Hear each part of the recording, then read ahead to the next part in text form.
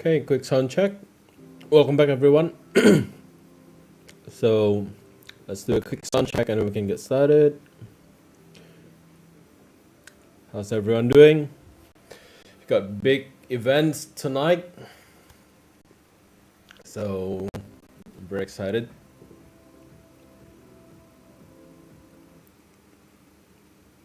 Okay.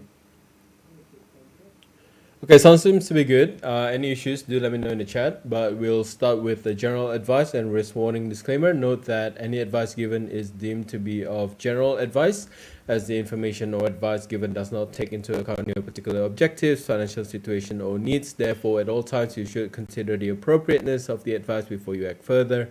CFDs and Forex or leverage products does carry a high level of risk and are not suitable for everyone. You can lose more than your initial deposit, so you should ensure CFD and Forex trading meets your investment objectives. Strategies and charts used in this presentation are for example only. You are reminded that past performance is not indicative of future performance. Okay, just a quick note before we start. I know I said last week that last week could be the last time we are going to be doing an outlook in English on Wednesday, but here we are, another week. We'll start with the educational content next week. Don't forget where we have the Telegram channel that I actually posted contents more on the fundamental sides. If you want to join in, the link is going to be posted on the live chat, and also there's going to be special webinars on Monday as well on that channel. Okay, so yeah, Albert, I just want to ask you about the emails because I don't think I've ever shared my private email. So I could go to the OctaFX email just to make sure is that the email that you send to speakers@octafx.com. If that's the case, then I'll get the OctaFX team to check on it. But yeah, more than happy to answer any questions that you have that you might want to share in this session. That would be great. Okay. So nothing much from fundamental except for the FOMC tonight or this morning, depending on where you are, or this afternoon, depending on where you are again. It'll be past over midnight over in my time. So it'll be interesting to see what the FOMC has to say. There's not going to be any economic projections with the statement. By the way, excuse me if I'm coughing or I'm sneezing or if I sound a little bit weird because I'm a little bit sick this week, so let's get on with it. But anyway, the FOMC, there's not going to be any economic projections that's going to be posted tonight by the FOMC. So I think all eyes are going to be at the press conference.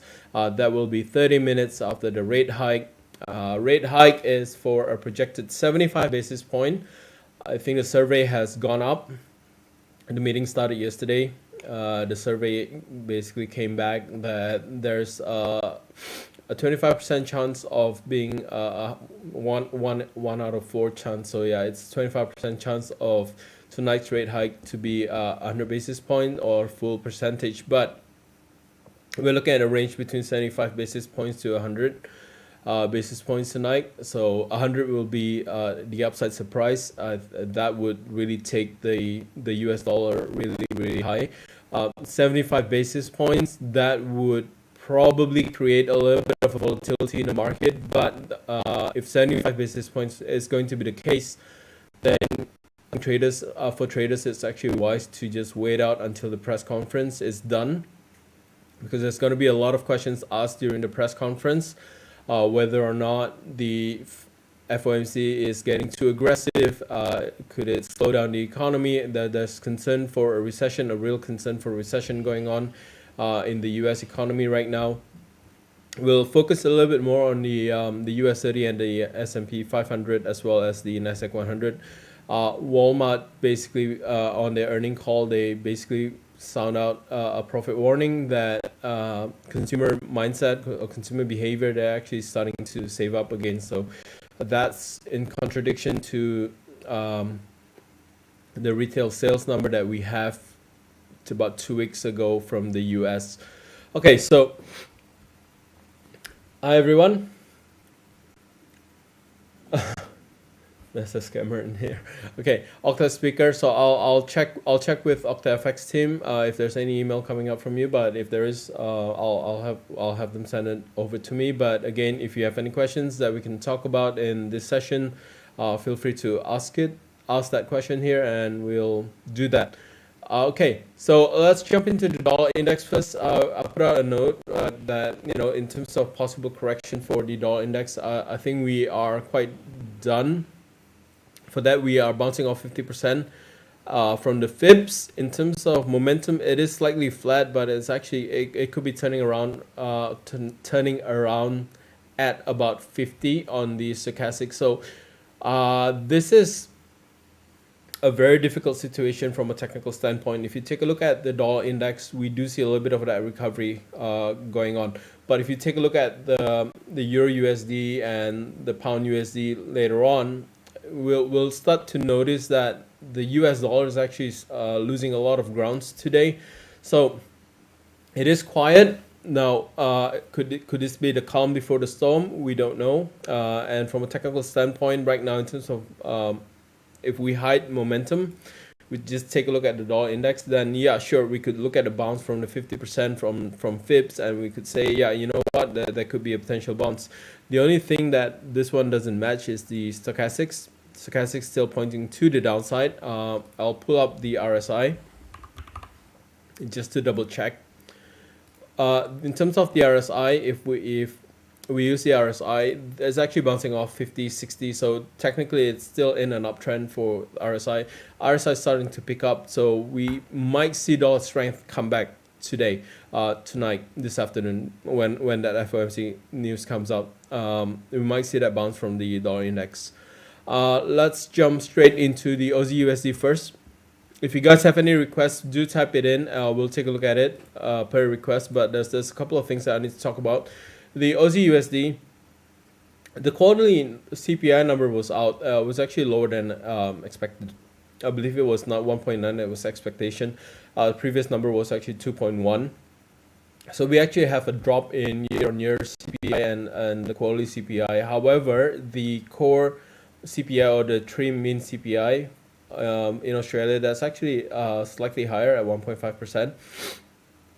It causes a little bit of a whipsaw in Aussie USD. So right now, if we take a look at the Aussie USD, it's kind of actually stuck at 69.50. So we're actually basing our resistance at 69.50. So sorry about the restart warning. Okay, with the Aussie USD, there's actually a potential for this one if you are taking a look at it from the Ichimoku perspective. Let's hide the pivot for now. It's actually within the Ichimoku cloud, right? We are actually facing resistance at 69.50. That's kind of in line with where the Ichimoku cloud resistance is located. So take away stochastics right now because it doesn't work quite well anyway because market's a little bit choppy. There's actually an opportunity here if you plan to go short. You can actually go short with a minimum amount of risk in terms of range and whatever not. It's still small, but you might get a head start because following the news, it might just drop off from 69.50. It could go down really, really quickly. In terms of resistances, there's quite a few. I would really want to place my stop losses a little bit higher for the Aussie USD, but this is more for an intraday trade. So I think about 20 pips to 25 pips in terms of stop loss. I think it's one of the smallest stop loss that I've ever seen for the Aussie USD, especially in times like this. But you could potentially get a head start with the Aussie USD. So Aussie USD, I actually prefer to go short right now. In terms of range, we do have the resistance at 69.50. That would be the intraday resistance. If you want to hold the position for longer, then you need to place your stop losses a little bit higher at about 70 cents. But then we are shifting into more of a daily trade on the Aussie USD. So this is more for short-term intraday traders. So if you want to go short right now, you could. Momentum hasn't turned around yet, but again, this is more of a choppy sideways market condition. I think market's going to be waiting for the wait for the FOMC to really jump in and pick a side on right now. But I mean, if you do want to get a head start, I think in terms of risk, you're risking about 25 pips to 20 pips. I think that's reasonable if you do want to get a head start. In terms of target, I don't think there's actually much in terms of target. You need to be careful around 69 cents. I would actually put it at around 69 cents. That would still give you about 1 to 2 risk reward ratio. So I think the Aussie USD right now it's actually pretty prime. We're finding resistance around the pivot level. If we overlay the Ichimoku cloud, there's actually finding resistance at the Ichimoku cloud. It's just that if you're looking at it from a momentum point of view, you're not going to get anything out of the Aussie USD. So I think for the Aussie USD, you can actually, for most part of the session tonight, we're actually going to hide the momentum because the market is pretty choppy. It's at sideways, and in terms of momentum, it might be a little bit lagging. So we're looking at price actions right now for the Aussie USD. So yeah, for those that are planning to hold this for a little bit longer, then you definitely want to have your stop loss beyond 69.75, ideally around 70 cents. If you plan to go for more of a daily trade, for more of a longer term trade, target's still going to be around 69 cents. So you're actually kind of in between right now. It's not ideal yet. If you take a look at it from a daily perspective, it's not that great. But if you look at it from an intraday perspective, I think this is actually one of the better trades today before the FOMC. I don't think there's a lot of trades to take on before the FOMC. Yeah, so yeah, definitely taking a look at the Aussie USD right now. I think intraday wise. Okay, Albert, Octa FX is looking into your email, so let's see if we can find something on that, but definitely happy to take a look at it. Okay, so Aussie USD pretty clear. My stance is I prefer to go short right now on the Aussie USD, but if you're planning to more of a swing trade, I don't think it's time yet. In terms of swing trades, I don't think it's time to pick on anything right now. So if you're looking for a short intraday trade, I think this is reasonable. You're looking at around 20 to 25 pips of risk for the Aussie USD. Okay. RSI for trend detection. Look, we'll definitely have time. We can talk more about that. How Bitcoin react to the FOMC? It shouldn't react to it, but I mean, if the sentiment is there, the 100 basis point hike, if there's a surprise 100 basis point hikes, it will react pretty negatively. But we'll take a look at Bitcoin. It shouldn't be affected because, again, I don't like the idea of linking Bitcoin to FOMC because Bitcoin is supposed to be decentralized. Why are traders, crypto traders, looking at central bank comments, right? Okay, so pretty clear on the Aussie USD. Next up is the Euro USD. Again, Euro USD is a little bit unique, so let me bring it out. If you take a look at the pivot, just from pivot, we're actually looking at a resistance around pivot, right? But if we bring out the Ichimoku cloud, there's still potential room for that resistance to the upside. I will hide the Ichimoku for a little bit. I want to bring out Fibs so you guys actually have a bigger, much better understanding.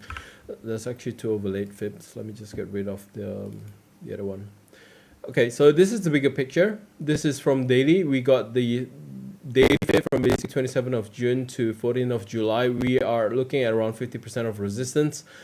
I would keep this if you're looking at it from a daily perspective because we don't have any further confirmation as of yet on any potential reversal.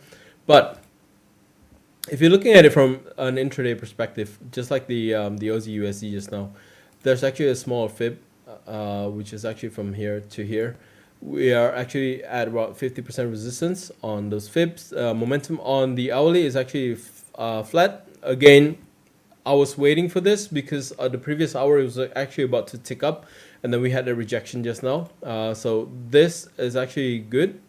If you are planning to go short on the Euro USD ahead of FOMC, there might be a little bit of a volatility involved later on.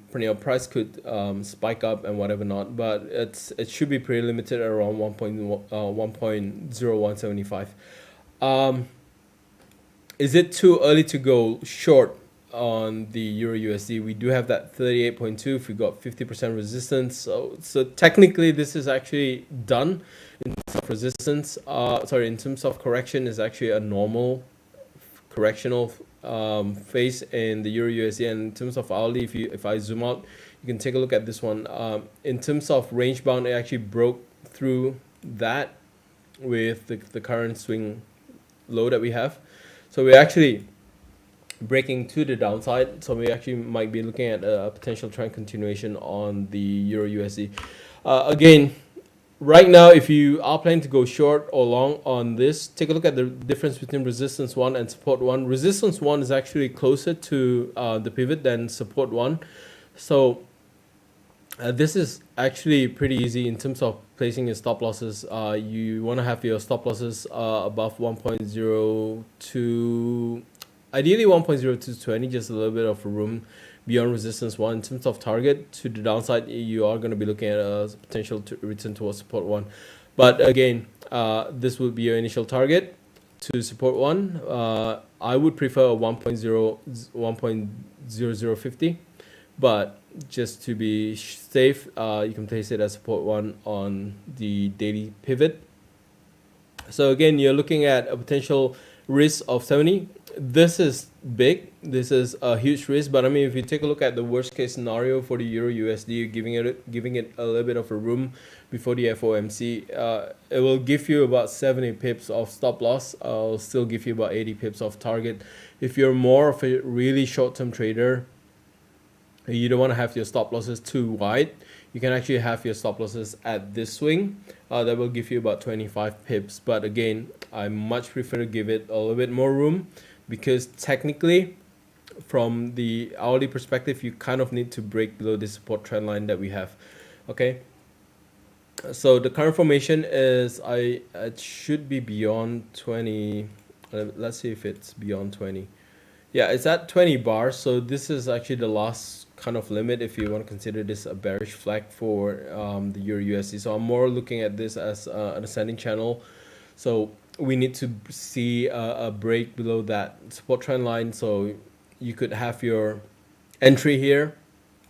That would give you a little bit more confidence that it might have enough momentum to continue to push down. But again, so your stop loss is going to be a little bit wider at around 40 pips. So you got two choices. You can either go in right now.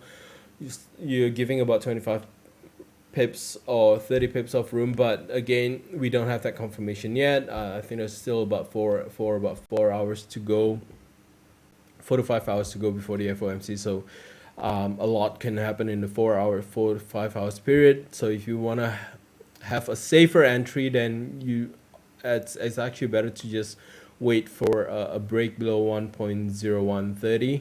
But I mean, if you're rushing and you want to have your stop losses small, right now would be the time to jump in. Just like the Aussie USD, you're gonna get a small stop loss.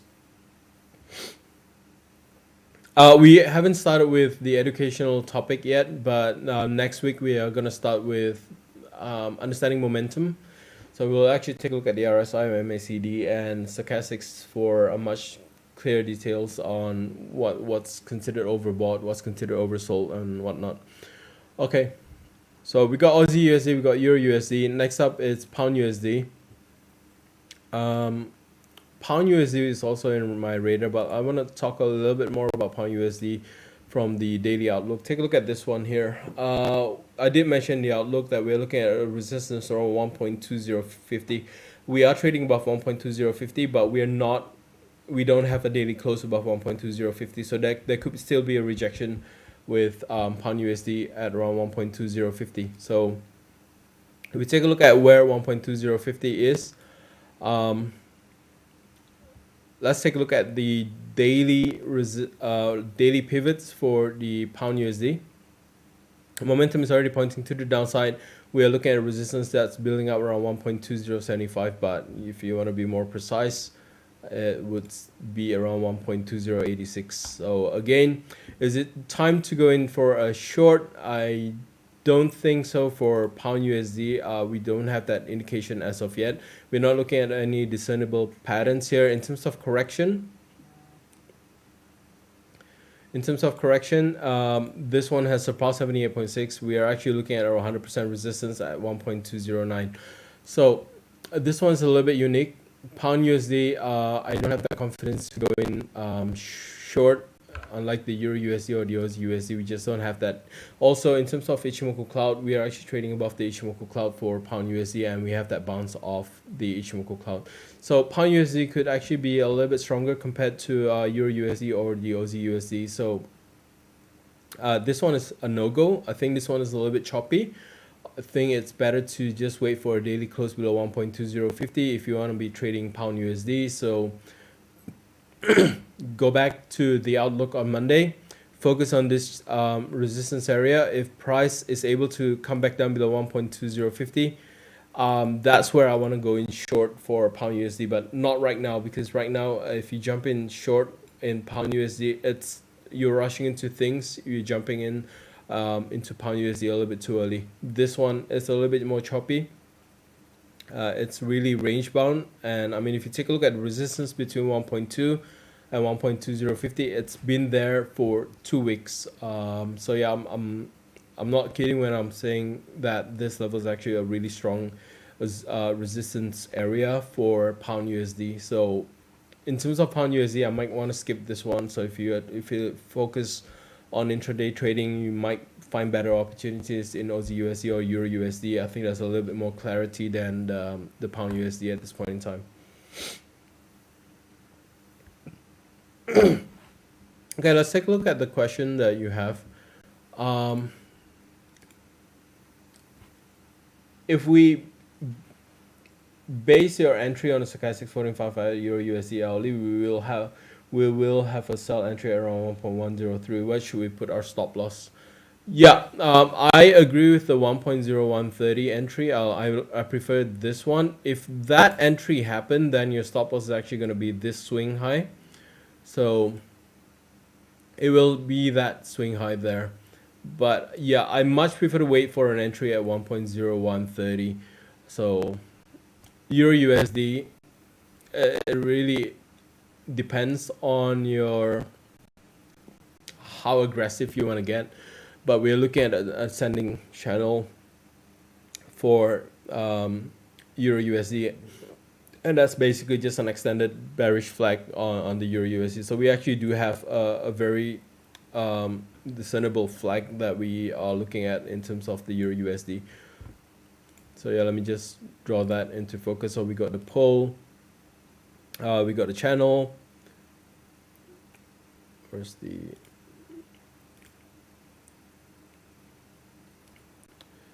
So here we go. I think this one makes it a little bit clear. Yeah. So we are going to be trading within the channel. In terms of stop losses, ideally I want to have my entry below this, either 1.0140 or 1.0130. Ideally at 1.0130 for Euro USD. But again, if you're in a rush, I don't think you need to be in a rush. Even if you place your stop losses all the way up there, your risk reward ratio is still going to be great. So I'm not too worried on the Euro USD. Just keep an eye out on the daily pivot. It's at 1.0160. Okay, as long as there's no hourly close above 1.0160, I think the setup for the Euro USD short it's going to be great.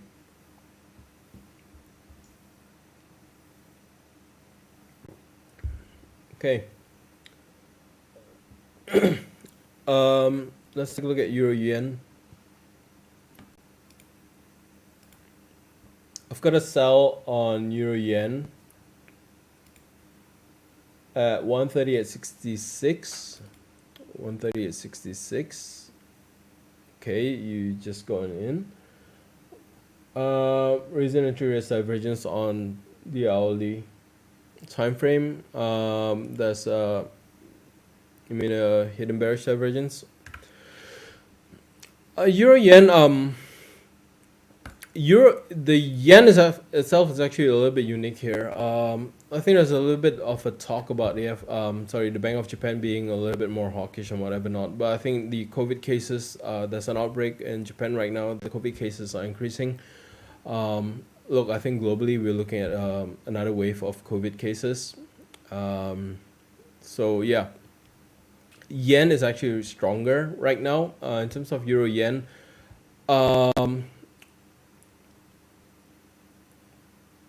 stochastic is strong. No, there's a divergence. There is a divergence here on the euro yen, but if you take a look at the, I'll close this one because we're past that. Let's take a look at the fibs. So just make sure that we are looking at the same page here. So we do have 139 ideally as a potential resistance for the euro yen, but it could go a little bit higher, but we are looking at around 139.25 as kind of a limit on the euro yen. So if you do have a euro yen short, you definitely want to have your stop losses be on 139.25. If you have that, then that should be fine, but give it a little bit more room. If we do break above 139.25, then yeah, this could continue to go up. But if you take a look at the momentum on the euro yen, it might look like it's to the downside. It's actually a little bit flat. And also, if you take a look at it, if you want to consider this a hidden bearish divergence, yes, it's considered to be a hidden bearish divergence. So I think your trade placement would be like this. Just make sure your stop losses are at 139.25. In terms of target level, you could be looking at this from FIB. Go for that 127.2.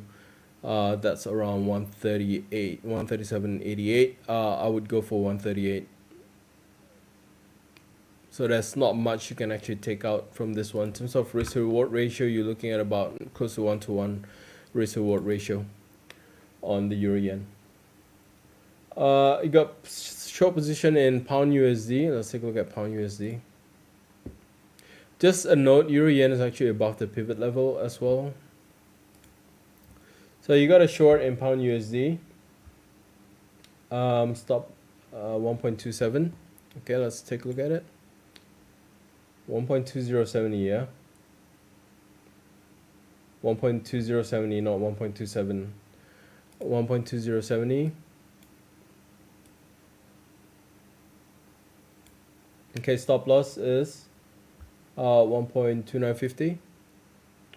1.20950, yeah.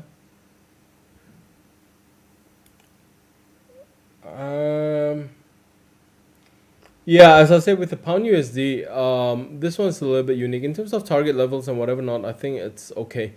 You might be looking at a little bit of support coming in around 1.2025. Still a risk reward ratio is still going to be great, but there's a lot going on with pound USD.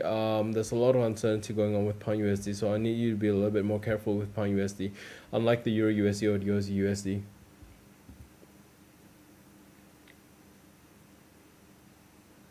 Okay, so we reviewed the Aussie USD. We take a look at the Euro USD. We take a look at the pound USD. Let's take a look at yen crosses.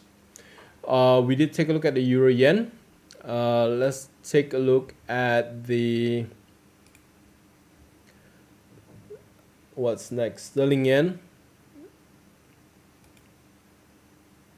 Okay, so daily on the sterling yen, I think we're not quite done with the corrections here, but let's just double check. It's still above the Ichimoku cloud for the sterling yen.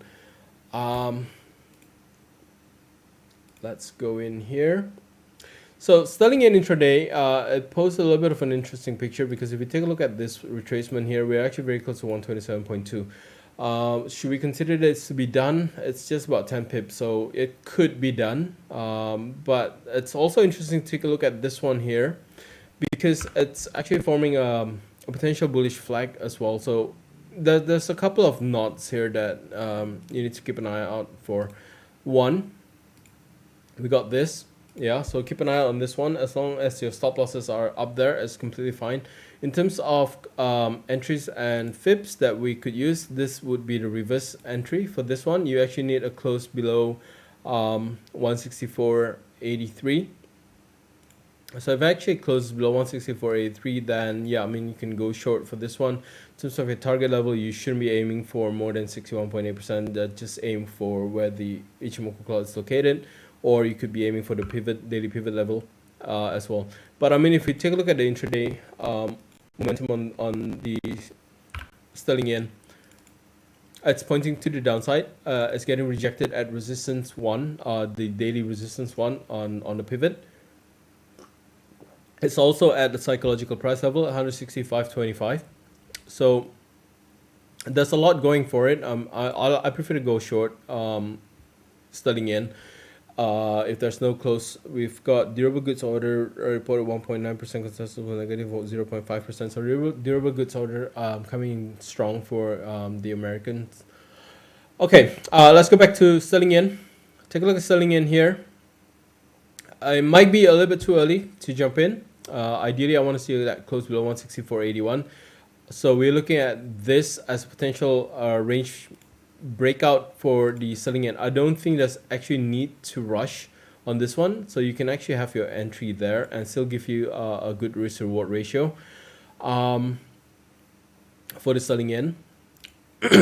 So just keep an eye out on this one. Just from a price standpoint, we are looking at 165.25 as a resistance. So you definitely want to have your stop losses above 165.25.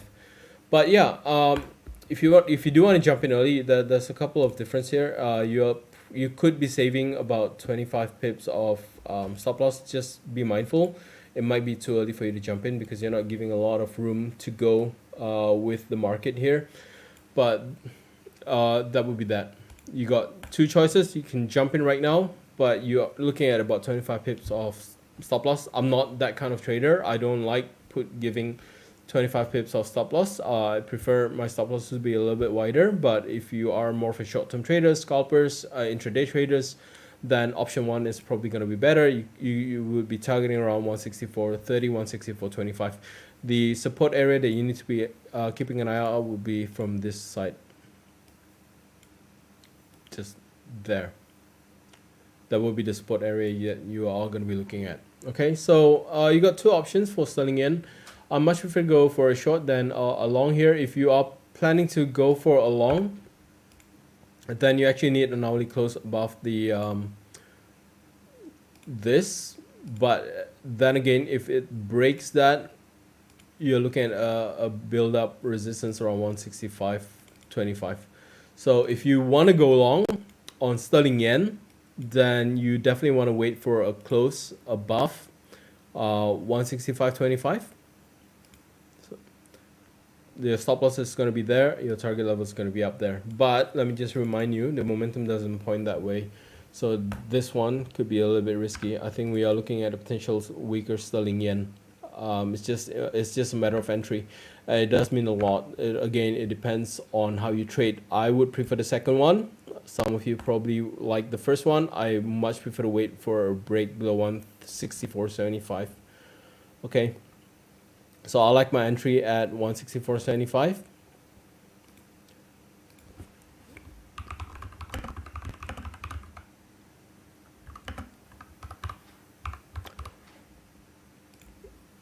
I like this a lot more than jumping in right now on the selling in. Okay, might give me a wider stop loss. I don't mind risking about 50 pips, but I mean, if you don't want to risk 50 pips, then yeah, I mean, you can go in right now and risk about 25 pips. But again, it's all up to you. It's just a matter of how you trade in terms of in terms of whether you're a short-term trader or more of a swing trader. Okay. CAD yen, we haven't taken a look at CAD yen for a little while, but in terms of CAD yen, what I'm looking at is actually a range on CAD yen. So again, CAD yen is a little bit easier. I much prefer to wait for a breakout, and if I'm taking a look at this from the hourly perspective, so you definitely want to have an hourly breakout. So we actually have two swings that we can focus on. In terms of the size of the range itself, it's about 40 pips, so it's not huge. So I much prefer to wait for a breakout on the CAD yen. It does point to the downside though in terms of momentum, so I definitely want to keep an eye out on the upper side because we might have the daily resistance one there. But yeah, for trades, if you do want to go short, just make sure that you're actually taking the trade if there's actually an hourly close below the range. You're going to be targeting support one for this one. To the upside, you are going to be looking at this one. Stop loss needs to be that side. In terms of target, it needs to be up there. Risk reward ratio is about 1-to-1 for both trades. So this is actually you're actually risking a lot more if you are planning to go short on this one on the breakout. So we'll see what happens. If it keeps failing at resistance 1, then you actually might have a much better entry later on. So again, it's up to your trading strategy or your preference. You can have your stop loss there, but I don't think it's time to jump in short or long cat yen. This is actually pretty flat, a little bit range bound.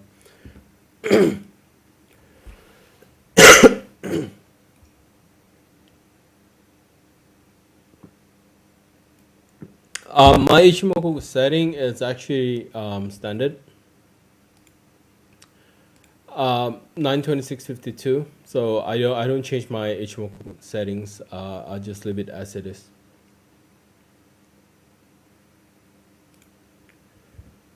Do you have any tips if we trade based on fibs where we should put our stop loss or something that we need to take a look at? You got trades on what, Euro Yen just now, was it? Or on the Euro USD? So where was that Euro USD trade? Here we go. So let's take a look at the Euro USD. In terms of stop losses, if you're using fibs, right? Let's say you're looking at the fibs right now, and you want to go in short. Which fibs do you pull, right? It's either from this low or this low here. It's actually the correct one is actually this one here. Okay, so you would have gone in short on this one if you go by the fibs, and your stop losses would be all the way up there where I place my stop loss on this one, right? Just above that swing there. So let's say your entry it's at 1.0150 or 1. In terms of stop losses, it's always a swing high first. If market does go down, if it does get pressured to the downside, if it breaks 78.6 and stuff like that, then you can have your stop losses adjusted to 23.6. I don't like stop losses at 38.2 and 50%. I like it a little bit more at 61.8%. But yeah, initial stop loss adjustment that you can have would be 23.6%, then 38.2, 50%, gradually as one level goes down. So every 2 levels that goes down or goes up, you need to adjust your stop loss by 1 level. Okay. So yeah, before I forgot, I want to talk about US30. Hopefully it hasn't started moving yet, but here we go. Sorry. US30. Okay. What's interesting with the US30 is actually there's actually a resistance being piled up at resistance 1, right, in terms of pivot. So futures market open today, like the whole Asian session, throughout the whole Asian session, the European session, we have seen the US equity futures bounce up. We're actually facing that resistance right now. I actually prefer to go for a short in terms of US30, but because you don't want to take too much risk with the FOMC, you can go short right now if you want to. Just make sure your stop losses are around 32,000. Just give it a little bit more room, okay? But in terms of target level, we're actually looking at a potential target level to that it might actually test this low here. So this is actually a pretty great risk to reward ratio. I think in terms of where you want to sell it close to resistance 1 on the daily pivot. But you don't want to have your stop losses too far ahead. So in terms of stop losses for US30, I think about 100 points it's reasonable, because you're going to be looking at a potential correction of about 200 points. So US futures, basically, if you want to read the market, it's US futures have actually gone up 250 points today, and then we could actually, sorry, if we go by the US Open, it'll be quite flat. We're actually going to be a potential decrease on the US30. But if we do expect more of a hawkish FOMC, I think the outlook on this one is that, look, there's a resistance being built up at around resistance 1. It's slightly below 32,000, which is a psychological price level. I think it's reasonable to take a look at this one and say, like, you know what, I could get in with a smaller stop loss on US30, and I think it's reasonable if we have 100 points of stop loss for a potential 200 plus points to the downside on the US30. Equity market will be highly affected by what the FOMC is going to be doing tonight. Again, for those that just jump in, The probability for 75 basis points is actually about 75%. That's about 20 to 25% potential hike of about 100 basis points tonight. So we could actually see that surprise. If that surprise of 100 basis points is what we get from the FOMC, then the US equities will likely slide, literally just slides down. Because right now the market is prepared for 75 basis points, but they're not prepared for 100 basis points. If the FOMC goes with 75 basis points, then you need to wait for the press conference, because there's no economic projections that's going to get posted with the interest rate today. So a lot of the journalists are going to ask Jay Powell what he's planning to do and stuff like that. If he goes data by data, month by month, then we don't have anything new. But if they say, you know what, they're projecting the U.S. economy could go into a recession, and they are projecting that, if they already take that into consideration, then it could actually be bad for the U.S. equity market as well, because you could actually see the U.S. dollar strengthens as well, because FOMC has planned out why they're being hawkish, and they can justify why they're being hawkish if they say that they actually projected a potential recession, and they're planning for a soft landing in the U.S. economy.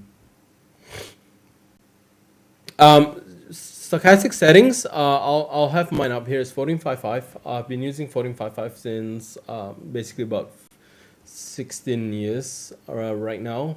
So FIPS, Ichimoku, and stochastics, basically I've been using them for about 16, 17 years. So my settings 1455. There's no right or wrong answer to this one. Some people like 833, 1433, right?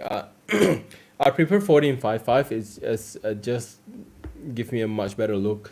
Also, if you're wondering what the 1455 is, it's the 55 is only the smoothing line, right? I mean, it's the K percentage smoothing and the percent D smoothing. But if you hide the slow stochastics and you only use the fast stochastics, like how you use the RSI, it doesn't actually really matter. Okay, so anyway, US 30, I prefer to go for a short right now if you want to have your stop losses small. Also, the same situation with the Nasdaq 100 here. I think it's kind of, if you take a look at this one here, it's just uncanny where the rejection happens. It's right at resistance 1, daily resistance 1 for the Nasdaq 100 and the US 30 again. So I much prefer to go for a short on the US 30 right now. Sorry, Nasdaq 100. In terms of stop losses, we are actually looking at about we're looking at resistance at 12,300. So you want to have it a little bit higher, about 12,350. Okay, in terms of target level, you could go for,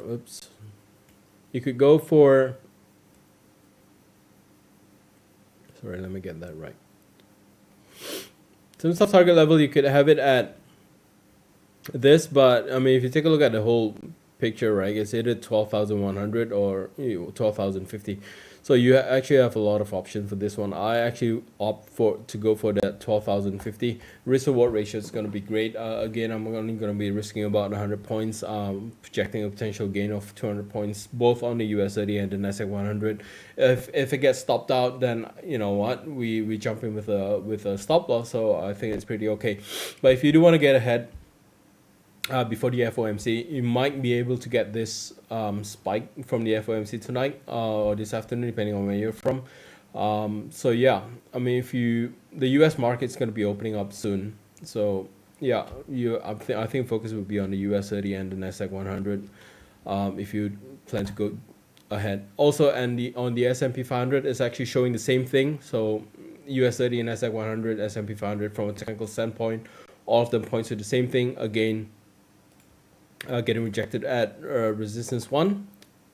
In terms of target level, you could be targeting the pivot, or you could be targeting this low here on support 1. You're looking at yesterday's low.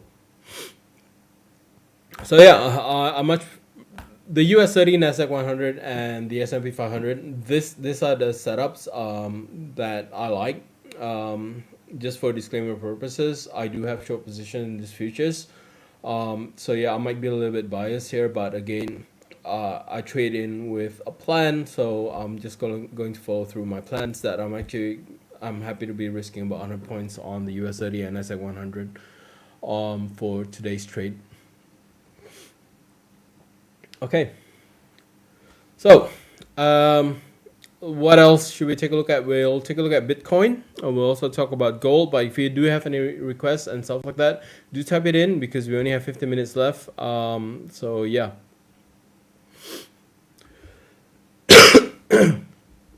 Let's take a look at Bitcoins first.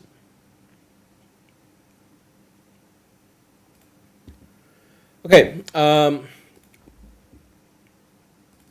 I haven't taken a look at Bitcoin for a good while, but I think all the key levels are still there. I would still lift this 20,000 there as a strong support for Bitcoin. In terms of support, we also have a support trend line, so not too fast on Bitcoin.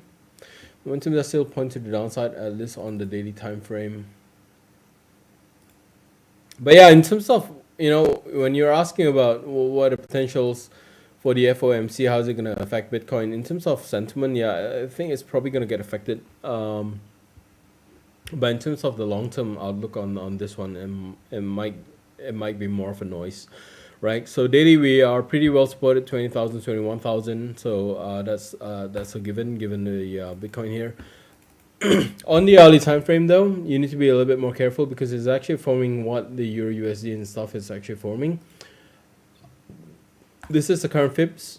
On this one, we are looking at a 50% rejection, 61.8% rejection on Bitcoin. Now, I'm not one for short-term trading Bitcoins. Again, that's not how I do build my portfolio. But I mean, if you're looking for directions in Bitcoin, you're going to be looking at a potential resistance coming in at 21,500 to 21,700. That's just because right now we are basically within the Ichimoku cloud, and it actually extends all the way up to 21,850. So keep an eye out on this one. So the question that I got just now was, how's the FOMC going to affect sentiment on Bitcoin? It shouldn't affect it in terms of fundamental perspective. It shouldn't affect it, but in terms of short-term sentiments, it might get affected. We might, if there's a strong US dollar, then again, because Bitcoin, it's paired against the USD tether, which is based on US dollar.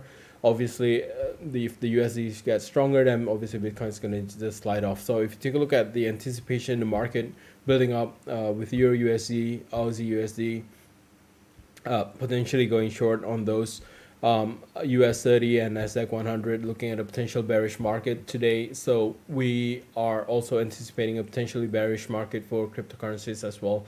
I just don't like how traders relate FOMC to crypto. It just doesn't work that way. It's just an asset class that's actually different.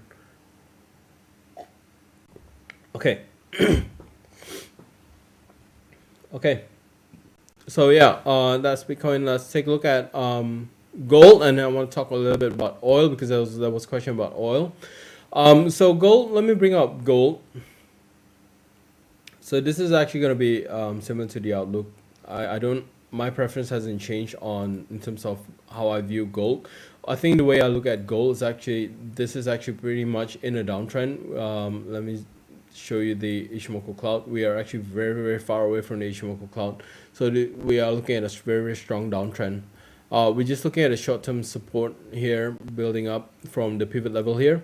That's about 1715. So we're just bouncing off that pivot level. But in terms of resistance, my view is unchanged. I see 1740, 1750 as a key resistance. If there's a daily close below 1700 today, then this week post FOMC again, if there's that 100 basis point, we're talking about that potential. If there's that 100 basis point hikes by the FOMC today, then I think it's a no-brainer with gold. Gold, we're actually going to be looking at a move to below 1700. How strong is that move? We are probably going to be looking at support around 1680 to 1650, but it's actually going to be a big move. It's likely going to break support one, a weekly support one on gold here. But again, excuse me. Resistance 1740, 1750. In terms of support, we are pretty well supported 1715 to 1700. So you kind of stuck with gold here, but again, I'm looking at the potential for this one to just bounce off within the range. I believe stochastics. So we do have this stochastic.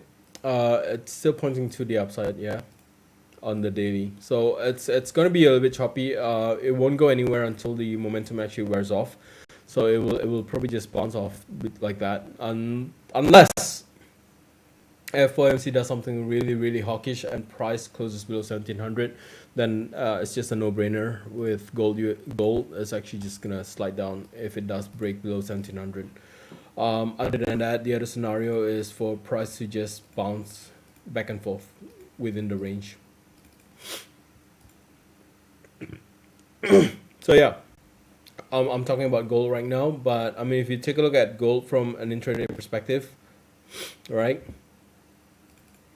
I much prefer to go for a short in gold. I mean, we are looking at a short in US30, Nasdaq 100. I know it's gonna be a little bit short heavy if you do all this, but again, I just don't see any projections in terms of gold, because if you take a look at it from an intraday perspective, right? We know this is the swing low for the day. We also know this is actually the swing high for the day. If you take a look at the range itself, the pivot is actually going to be in between, right? We're looking at $11 here. Distance in a pivot is basically about 1715, 1720. So you're actually kind of right with the pivot here. So you are not able to do anything much unless you're looking at this as a potential. Yeah, you know what? It tested 1725. Yeah, it tested resistance 1. Then if you do want to go short, then you know, ideally you still want to have to wait for a close below the pivot level before you go short. In terms of target level, you're potentially looking at about 1713, 1711 as a potential support there. But again, you definitely want to wait for price to actually move down back below pivot. If it does move back below pivot, then yeah. But risk reward ratio, it's going to give you about 1-to-1 risk reward ratio. So again, it's not ideal to jump into gold before the FOMC. So I much prefer short. That's the way I'll put it. But I'm not gonna open a position for gold ahead of FOMC because it's gonna get affected so heavily. In terms of my portfolio today, I'm a little bit short heavy. I'm more long on the US dollar, so I'm a little bit short heavy. So I'm not planning to add more position in gold. But if you do plan gold, a gold trade, then you definitely want to wait for price to actually close below 1720 on the hourly time frame.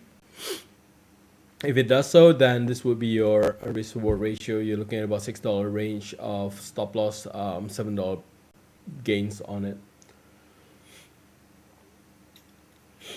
Raymond, we are actually going to be running a webinar next 5th of August, which is next Friday. We are actually going to be running a webinar on how to get started. So we're actually going to talk a little bit more about using the terminal, setting up your trades, and what the whole story is with CFD tradings, what the global market is. We'll take a look at the equity market, the Forex market, commodity market, cryptocurrencies.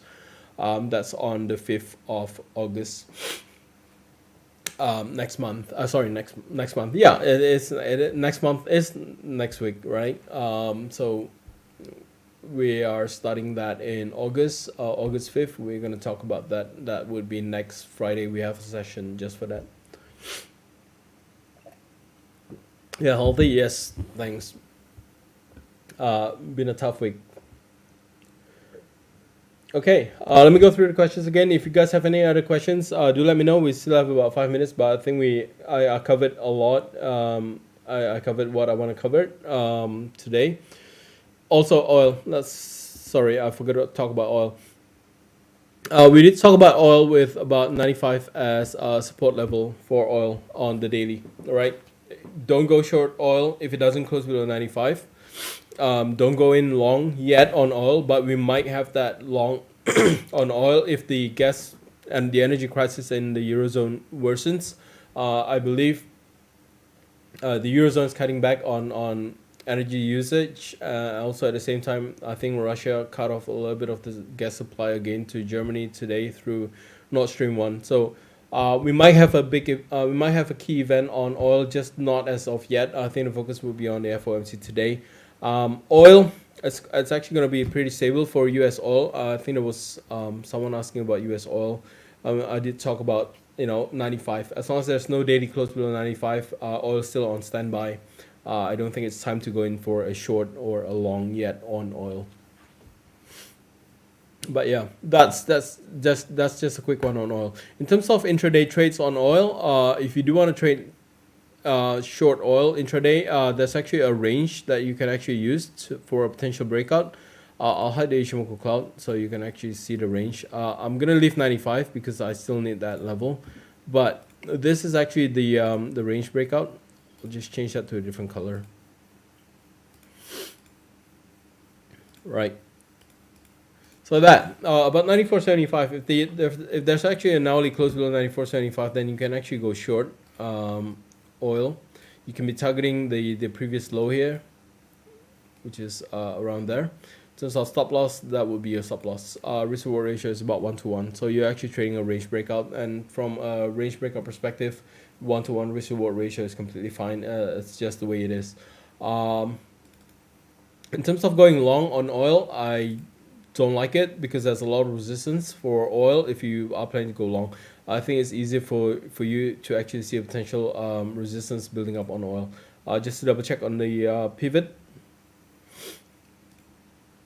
Okay, so yeah, we have that rejection at pivot as well. So take into comparison, there's rejection on Ishimoku cloud, there's rejection on pivot. So again, my portfolio is going to be short heavy, but intraday traders, if you want to trade oil, then I much prefer to go for a short trade. Again, in terms of correction, we have done 38.2%. So a lot to take in. I much prefer a breakout to the downside. If price closes below 95, still give me enough room. But if for those that are in a hurry, then we are potentially looking at this projections. You are gonna end up with the same level anyway. But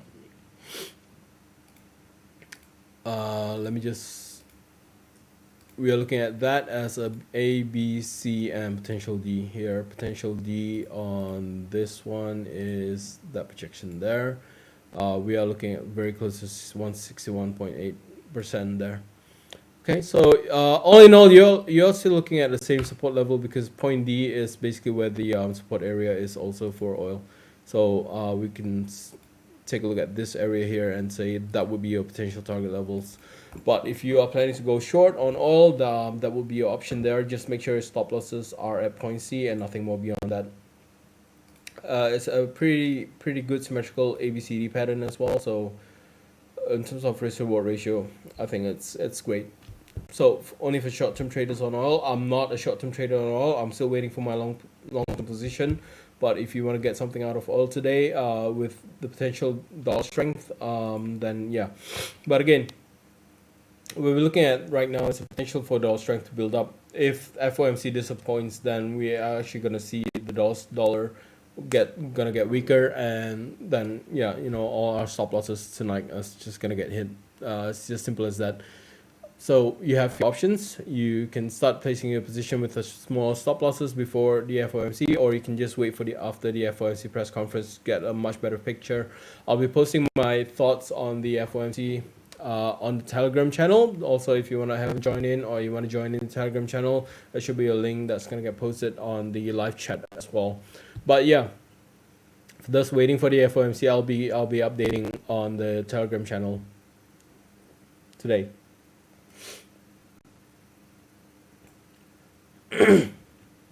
All right.